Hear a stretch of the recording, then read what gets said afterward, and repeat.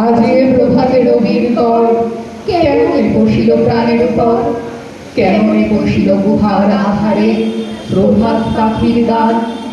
না জানি কেন রে এতদিন পরে জাগিয়া উঠিল প্রাণ, জাগিয়া উঠেছে প্রাণ। ওরে উঠে উঠেছে বাড়ি, ওরে প্রাণের বাসনা প্রাণের আবেগ রুধিয়া রাখিতে নারী।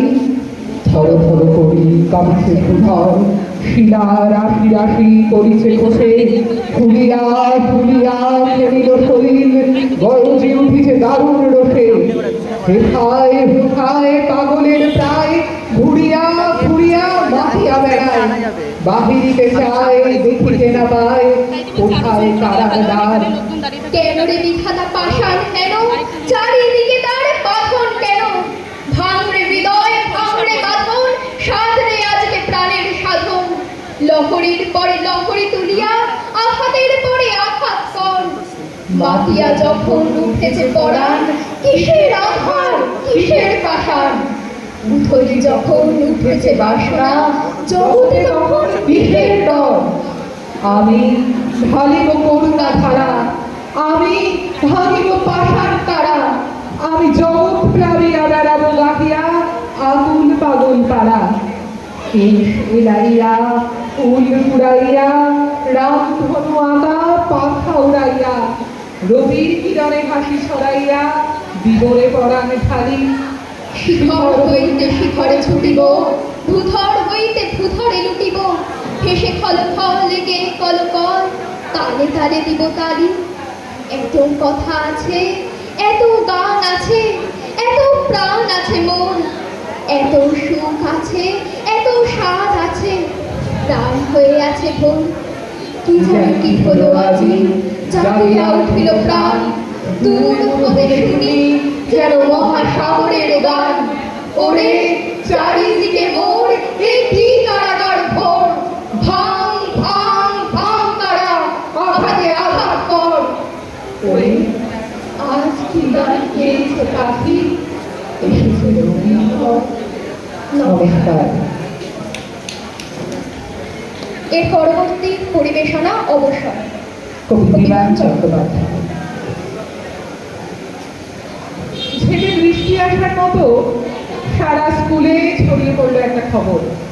আমাদের প্রিয় বাংলার মাস্টার মশাই সত্যবাবু স্যার অবসর নেবেন সামনের মাসে।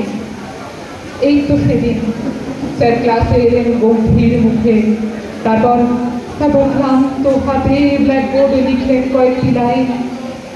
শেষের সেদিন ঘনিয়ে এলো, গুনছি আমি আজ আর তো বাকি আর কটা দিন, সেই সবে ওর কাজ। ক্লাসের সবচেয়ে ভালো ছেলে বিভাসুর এক কৌতূহল নিয়ে প্রশ্ন করলো, আচ্ছা স্যার, অবসর মানে কি?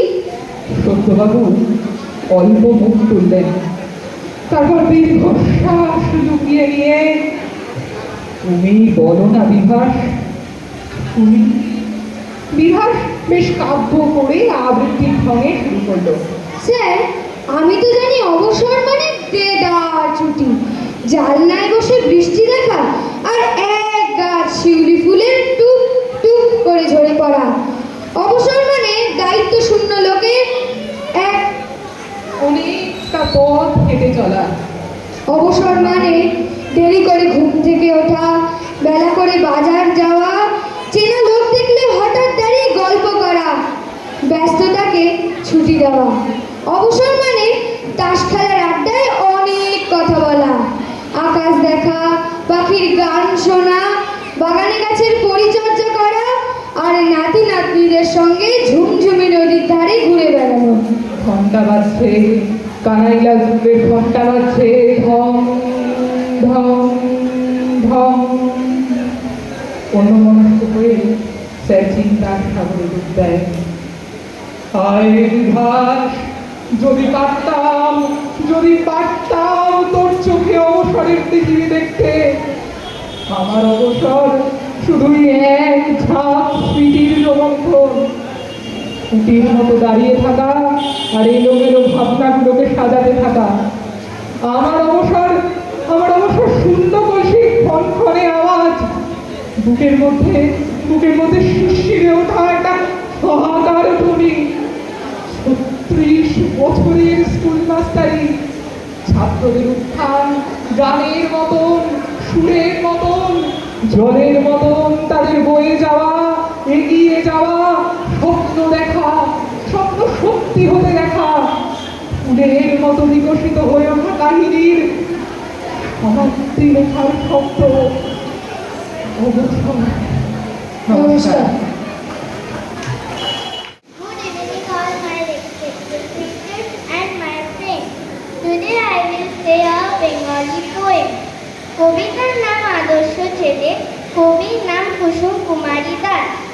আমাদের দেশে হবে সেই ছেলে কবে, কথায় না বড় হয়ে কাজে বড় হবে। মুখে হাসি বুকে বল পেটে ভরা মন, মানুষ হইতে হবে এই তারপর। বিপদ আসিলে কাছে হও আগুয়ান, নাই কি শরীরে রক্ত মাংস প্রাণ।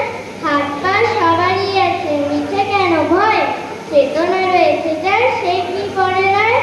সে ছেলে কে চায় বলো, কথায় কথায় আসে যার চোখে জল মাথা ঘুরে যায়।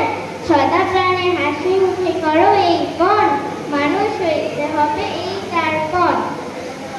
কৃষকের শিশু কিংবা রাজার কুমার, সবারই রয়েছে তার এই বিশ্ব মাথার। হাতে প্রাণে খাটো সবে শক্তি করো